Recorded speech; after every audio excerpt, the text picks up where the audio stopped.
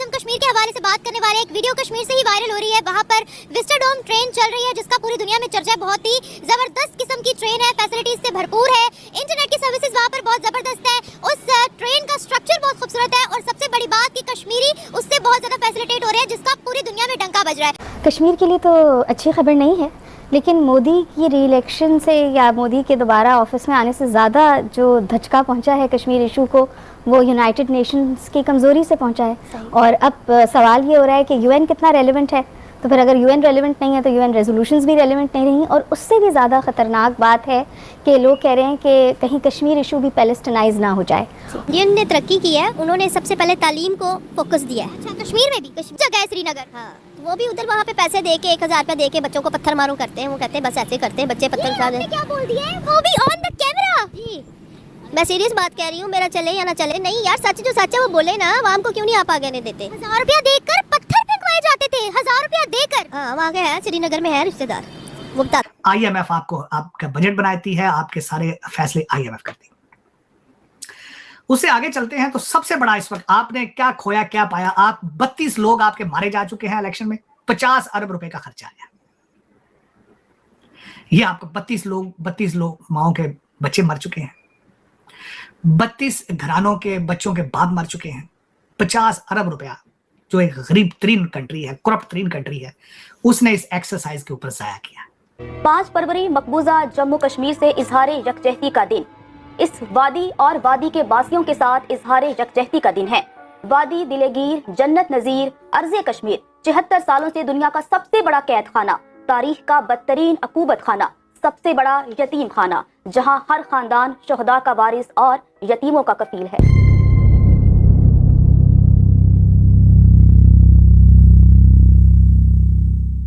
कश्मीर में भी उन्होंने तालीम को फोकस दिया है, दिल्ली बम्बई सब में उन्होंने, इंडिया ने तालीम को फोकस दिया है। ठीक है, हमारे वालों ने तालीम को तो फोकस इतना नहीं दिया, किताबें भी बंद कर दी हैं गवर्नमेंट सेटअप पे इन्होंने, और सारी लैंग्वेज भी चेंज कर दिया।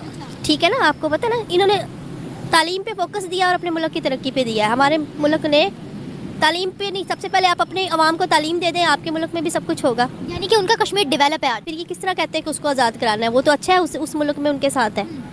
आपकी नज़र में वो कश्मीर को कितनी फैसिलिटीज़ दे रहे हैं?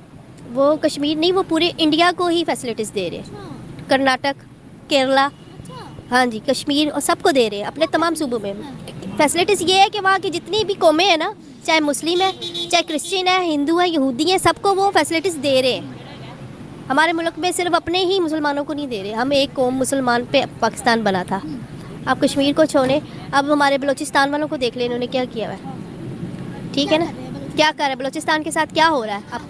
ठीक है ना, ज़्यादती हो रही है उनके साथ भी। तो फिर उन्होंने अपनी सारी कौमों को एक रखा हुआ है, एक ही सब्जेक्ट है उनका, और एक उस पर, इसलिए उनकी कौम तरक्की कर रही है। ठीक है, आपको भारत के बारे में इतना नॉलेज कैसे है? क्योंकि मैं यूट्यूब पे देखती हूँ। यूट्यूब पे देखते हैं। आप क्या देखती हैं कि वो कश्मीरियों को कितना फैसिलिटेट करते हैं? हम 76 सालों में कहते हैं हमने यूनाइटेड नेशंस में जाना है, कश्मीर लेना है, उसके बरक्स जब उनकी कश्मीर की खबरें देखते हैं तो वहाँ पर तरक्याती मंसूबे हो रहे होते हैं। सर, ना तो वो कश्मीर यहाँ से ले सकते हैं जो हमारे पास कश्मीर है, और ना ही पाकिस्तान उनसे ले सकता है। ठीक है ना, वो ऐसे कि ज़मीन पे आप देखें, फ़लस्तीन में ज़मीन पे लड़ाई हो रही है ना, इस तरह हमारे में भी झगड़ा होगा, लोग ही मरेंगे, कत्लो गारत होगी। इससे बेहतर है कि आप ये गोल में इस पर बैठ जाएं और उस मसले को ख़त्म कर लें। क्या उनका कश्मीर आज खुशहाल है? हाँ, उनका कश्मीर है, खुशहाल है। अच्छा। हमारा कश्मीर हमारे साथ अब बगावत कर रहा है, आप नोट करें। हाय हाय हाय हाय, आपको कैसे पता? अच्छा, वैसे मैं दाद देती हूँ आपकी बात की कि आप इतने फैक्ट्स पे बात करिए। आपको कैसे पता कि आज हमसे बगावत? सिटीजन हूँ, हैज़े आया काम करती हूँ हॉस्पिटल में, क्यों नहीं पता? आम से आम गरीब को भी पता है। अच्छा। पाकिस्तानी हम सिटीजन है, इंडियन तो बाद में बनते हैं कि हम इंडिया से पाकिस्तान बना है, नहीं, हम पहले पाकिस्तानी हैं। अच्छा, तो क्या हो रहा है हमारे कश्मीर? हमारे कश्मीर में जो पंजाब में हो रहा सब है, सबको पता है, बगावत हो रही है। अलहदा वतन, अलहदा रियासत की डिमांड कर रहे हैं कि फैसिलिटीज नहीं मिल रही। फैसिलिटीज नहीं मिल रही। लोग क्या कहते हैं? कहते हैं नून लीग को वोट 8 फरवरी को नहीं पड़े, 9 फरवरी को पड़े। इंटरनेशनल मीडिया कहता है 4 बजे के बाद, इलेक्शन वाले डे के बाद कोई रिजल्ट नहीं आया। 9 फरवरी सुबह तक सिर्फ 3% रिजल्ट आया था, वो भी बलूचिस्तान से। दूसरा, मोहसिन दावड़ साहब ने दावा किया है कि मेरे हलके के अंदर पोलिंग स्टेशन पे तालिबान ने कब्जा कर लिया था, वहां शूटिंग हुई है। मोहसिन दावड़ साहब इस वक्त हॉस्पिटल में है। अब फैसला आपने खुद करना है कि आप आगे गए हैं या 10 साल पीछे चले गए। आज अगर देखा जाए, आप जिस चौक में खड़े हैं, उस चौक के अंदर मैं बताना चाहूंगा कि आपकी सूरत हाल क्या है। हाइब्रिड सिस्टम के अंदर ना हुकूमत एस्टेब्लिशमेंट के बगैर चल सकती है, ना एस्टेब्लिशमेंट एक हाइब्रिड सिस्टम के बगैर चल सकती है। लेकिन पीडीएम हुकूमत 2 बनेगी। क्या पीडीएम ने अपने 18 महीने के अंदर कोई तरक्की की थी? नहीं की थी। ये फैसला आपने करना है। आपके इस वक्त जितने फैसले करने वाले हैं वो सारे लंदन वासी हैं, उनके बच्चे लंदन में हैं। जो सामने लौंडे लपाड़े अमीर घरों के करप्ट अफसरों के बच्चे और बीवियां जो हैं वो पीटीआई के साथ हैं।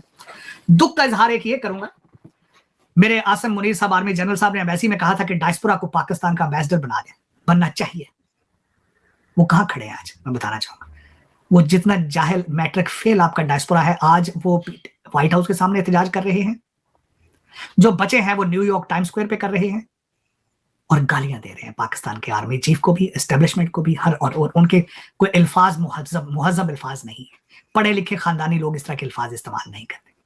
तो आपको सोशल मीडिया पे जो हो रहा है वो भी पता होना चाहिए आपको क्या हो रहा है। उस पर भी मैं ब्लेम करूंगा आसम मुनीर साहब को, क्योंकि उन्होंने हाथ पूरा सही तरीके से डाला नहीं है। ये जो कौम है ये डंडे के बगैर चलने वाली कौम नहीं है। सबसे ज्यादा ट्रेंड क्या हो रहा है आज आपकी खबर जो है इस वक्त हो रही है, वो एक लोंडे साहब हैं, उनका नाम है, वो इस वक्त ट्रेंड हो रहा है। उनकी एक गर्दिश कर रही है, सर्कुलेट कर रही है, उन्होंने वीडियो बनाई है कि मैं इलेक्शन नहीं जीतना चाहता था, मुझे जबरदस्ती जिता दिया गया। जीता वहां से पीटीआई का कैंडिडेट है, मुझे जबरदस्त, मैं तो घर जा रहा था, रोटियां लेने जा रहा था तंदूर पे, रास्ते से पकड़ के तो मुझे उन्होंने कहा तुम तो इलेक्शन जीत गए। जब रिसर्च की गई है तो वो तीसरे नंबर पर इलेक्शन हार गए। नमस्कार दोस्तों, कश्मीर के लोगों की 18 सालों तक सेवा करने के बाद उत्तर रेलवे ने स्थानीय लोगों और टूरिस्ट के लिए पहले से ही संचालित रेल नेटवर्क में एक नई और आकर्षक सुविधा जोड़ी है। कश्मीर में हर मौसम के लिए उपयुक्त glass ceiling AC train vista dome coach का गुरुवार को शुभारंभ किया है।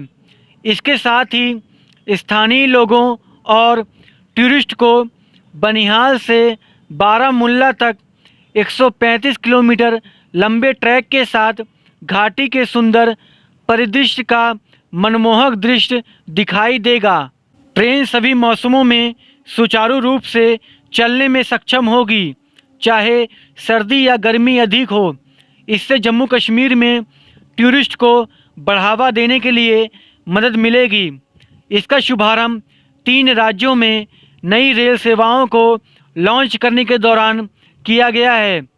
केंद्रीय रेल मंत्री अश्विनी वैष्णव ने असम और त्रिपुरा में 4 ट्रेनों को हरी झंडी दिखाई है और कश्मीर में अत्याधुनिक नई विस्टा डोम कोच का वीडियो कॉन्फ्रेंस के जरिए उद्घाटन किया।